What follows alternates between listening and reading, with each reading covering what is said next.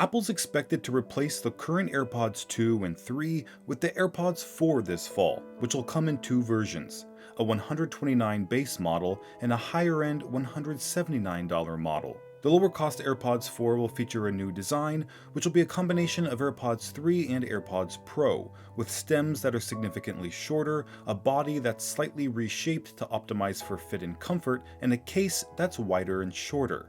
The charging case Lightning port will be replaced with USB-C, so you can charge your AirPods, iPhone, and MacBook with the same cable. Plus, MagSafe will likely be added, so wireless charging, even with an Apple Watch charger, would be possible. AirPods audio drivers will be updated, and the H1 chip will be replaced by H2, all to deliver improved sound quality.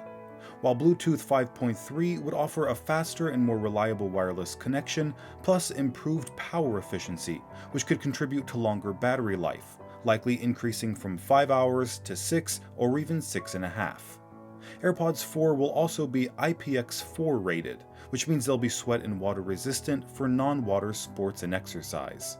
Lastly, Apple will add a squeezable force sensor to control music and calls, which will replace the double tap gesture on AirPods 2. The higher-end AirPods 4 model will feature all those changes plus active noise cancellation similar to AirPods Pro, although we're not sure if Apple will include silicone ear tips on this model.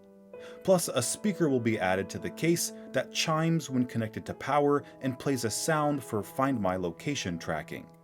So that's what you can expect from AirPods 4. This is Greg with Apple Explained, and if you want to learn how I make videos like these, let me know by tapping the link in the comments.